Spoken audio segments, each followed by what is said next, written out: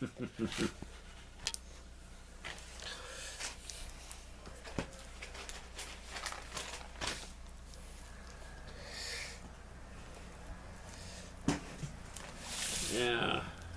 interesting.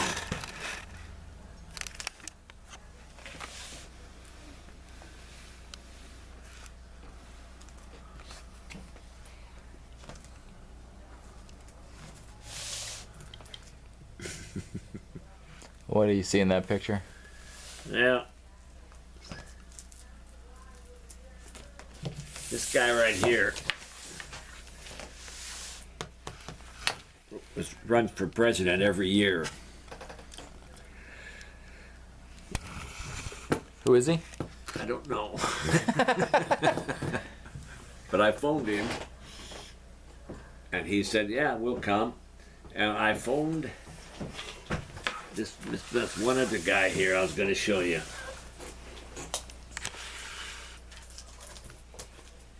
Yeah, maybe I won't.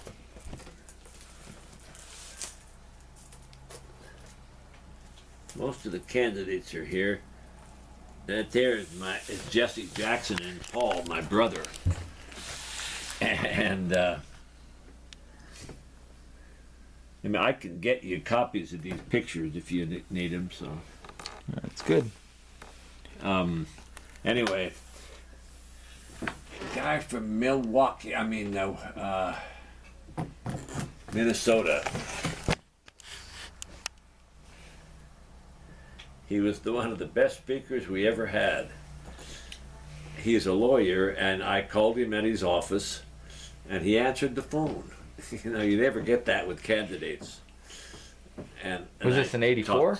What? Was this in '84? Are you talking about McGovern? No. It was, oh God, I can't even remember Mondale? his name. He shows up here pretty quick. Anyway, he was, he said, okay, yeah, he'd come talk convention. So, what? It's me.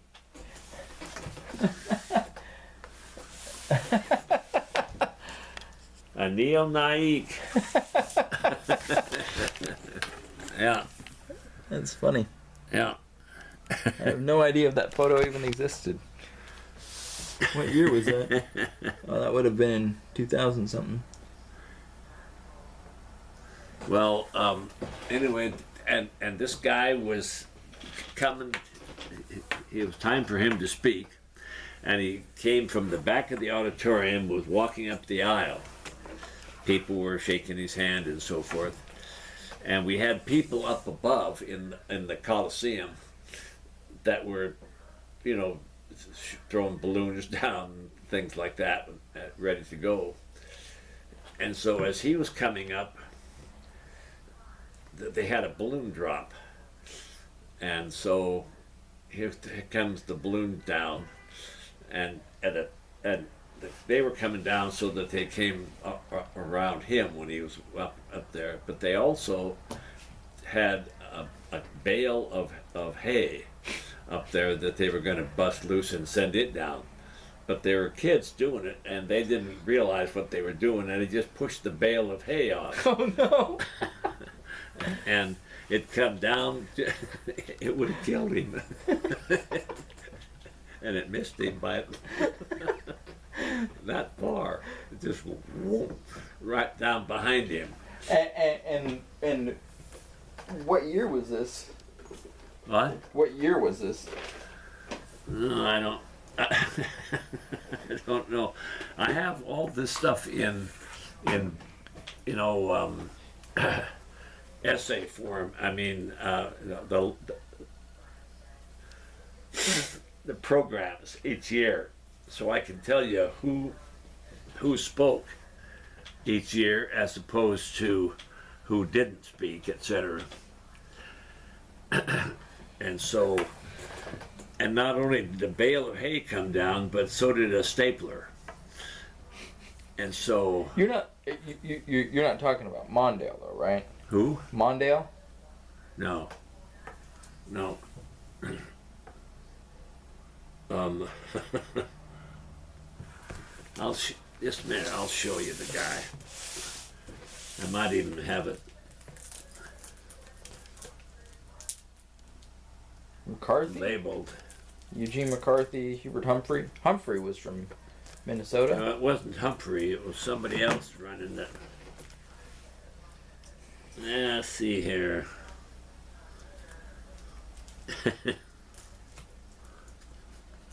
Okay, just a moment. Just Wait. Oh, no, photo in there. I want to see real quick. Jerry Brown.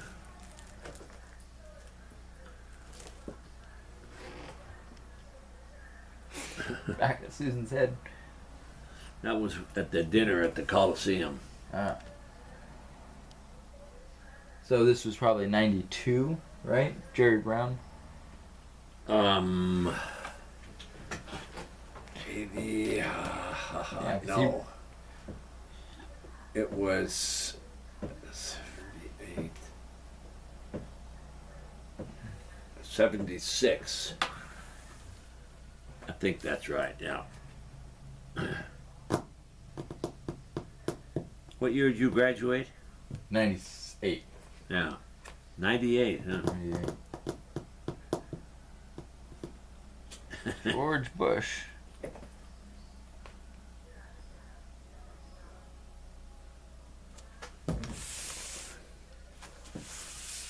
There's Gordon. Frank Church. That's Gordon Smith. Oh, Gordon. Okay, yeah, never mind. Dukakis. How was Dukakis with the students? Yeah, he was fine. He was good. He participated. I mean, everybody that came got into the swing of things because it really does look like a real convention. Uh-huh. And so, I mean, they couldn't avoid that. I mean, with the band playing, balloons dropping, and kids, shouting and screaming, and demonstrations going on. Jesus, it looked like real. Right. And especially that got started in 68 with 64. I mean, when Rockefeller came, and he really got suckered in. He said later, it was like he was really at a real convention, and he acted like it was a real convention, and we had press from the whole country. We actually got more television time on the East Coast than we did here. Why is that? That beats me. I don't know. They had national, CBS, NBC, and ABC were there filming stuff. We had a whole section of the seating designed with no chairs in it, just placed where they could put their cameras across the hall. It was just highly realistic. Yeah. Where did the funding come from? We this? charged everyone to come. Schools had to pay so much per vote they had. So if you were the state of Maine from, say, Washougal High School, and there were 45 delegates there, we'd charge them $10 a vote. Got it. So they owe $450. And California, that had 186 votes, for example, they had to pay more, but we put a limit on that, and they didn't have to pay more than, I don't know, $1,000 or something, because. And was that able to cover the expenses every year, or What? was that enough to cover all the expenses every year? Yeah. Well, with the exception of the last year we were 10,000 short, and so we began putting serious work into trying to get fundraising going, and gambling joint down there by McMinnville, Spirit Mountain, they gave us $10,000. Oh, that's great. And that helped. But when we, What year was the last convention?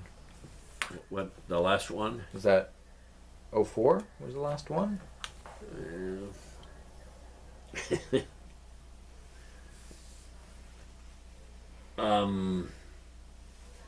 I don't know. I've got all the programs downstairs, but I can tell you that. In fact, I'm going to put those in a book too, like this. And it was when Jesse Jackson was here. Yeah, Dukakis.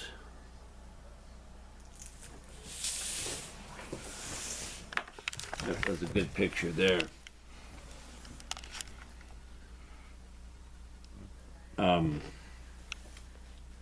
Coming up to the podium, looks like.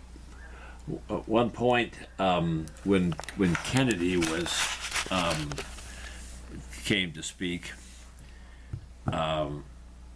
he was at the back of the auditorium or the convention hall, and after was introduced, and the band was playing, and the balloons were dropping, and so forth, he came in, and in the process, we had Secret Service around him and also county police, and they kind of made a circle around him, and he came up through the crowd, and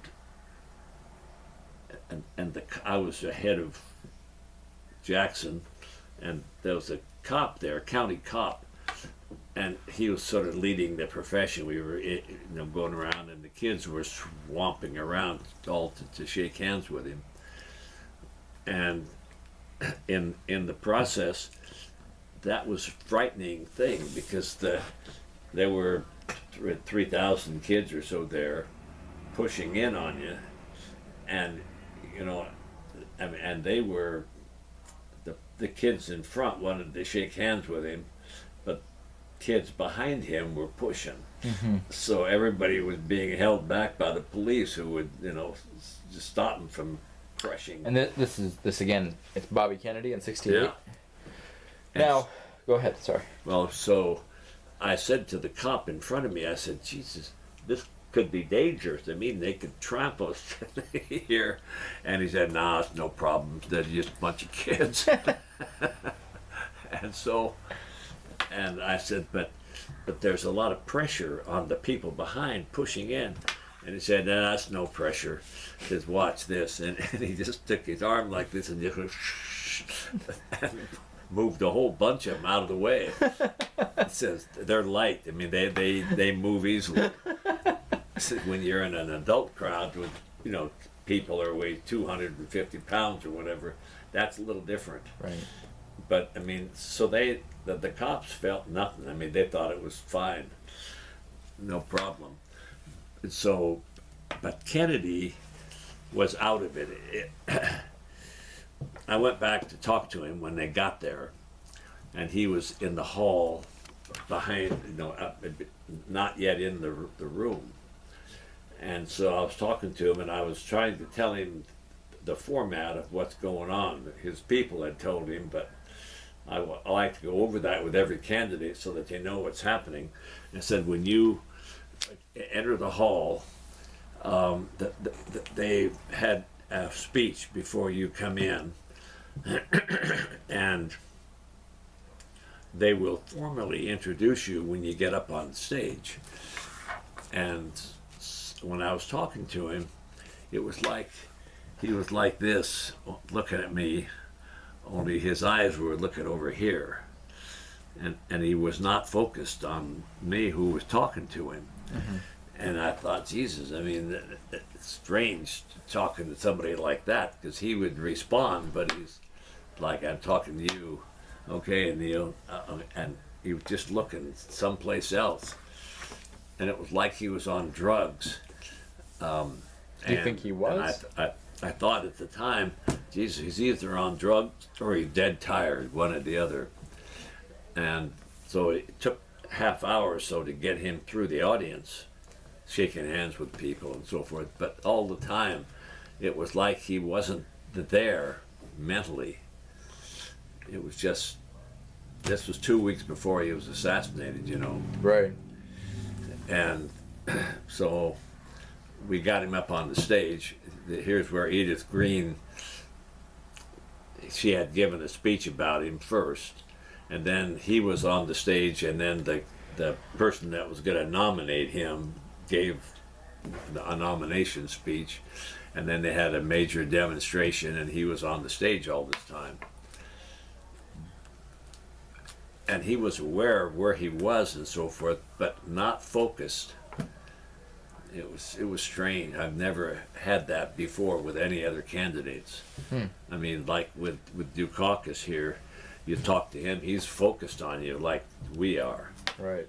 And he could respond and so forth, but Kennedy wasn't. And it was either, I suspect he was just dead tired, but Jack somebody, a kid, had gone to the airport to meet Kennedy when he came, and he had a car, and so they said, okay, yeah, you can drive. And so Jack, can't remember his name now, I got it written down, he drove the car with Kennedy right behind him in the back seat, plus Secret Service was in the car with him, and they had 2 or 3 Secret Service cars there, plus the police. You know, they... Can you imagine that today? A high school kid driving presidential candidate around? I know. I questioned him at great length about this. I mean, Jack, because it didn't seem possible then. But anyway, Kennedy was behind him, and he leaned forward and said, okay, now you're participating in the convention. He said, yeah, he was the chair of one state. And he said, okay, now tell me what's happening. And so he did. And he said, now what could I do to make sure that they're really interested in me and will vote? Now, Jack said, and I had brainwashed everybody for the 2 years before this. You're at a real convention. This is not a bunch of kids playing. Right.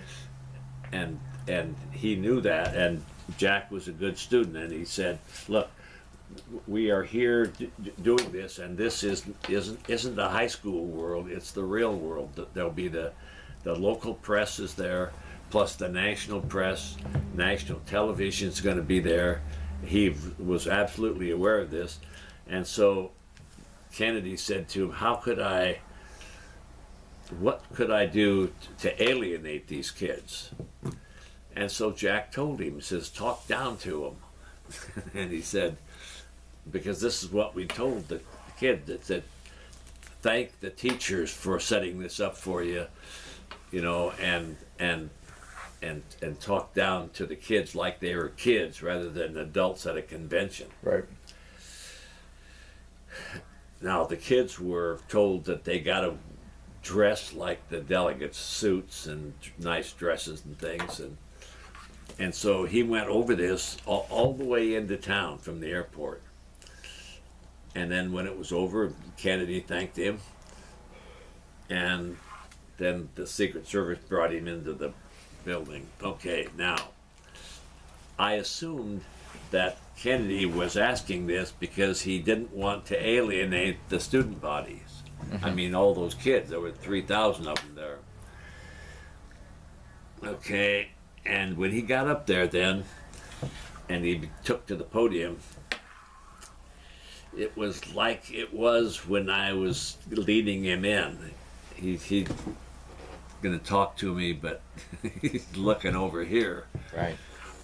And he said, okay, this is very nice to be here, and I think you kids are doing really a good job. And he said, you ought to thank your teachers for setting this thing up for you. It's a good exercise in diplomacy, in democracy, etc. And he went on for maybe 4 or 5 minutes like this. And I thought, Jesus, that's not good. And the kids hated it. Right. They loved it when he came in, and they loved it when he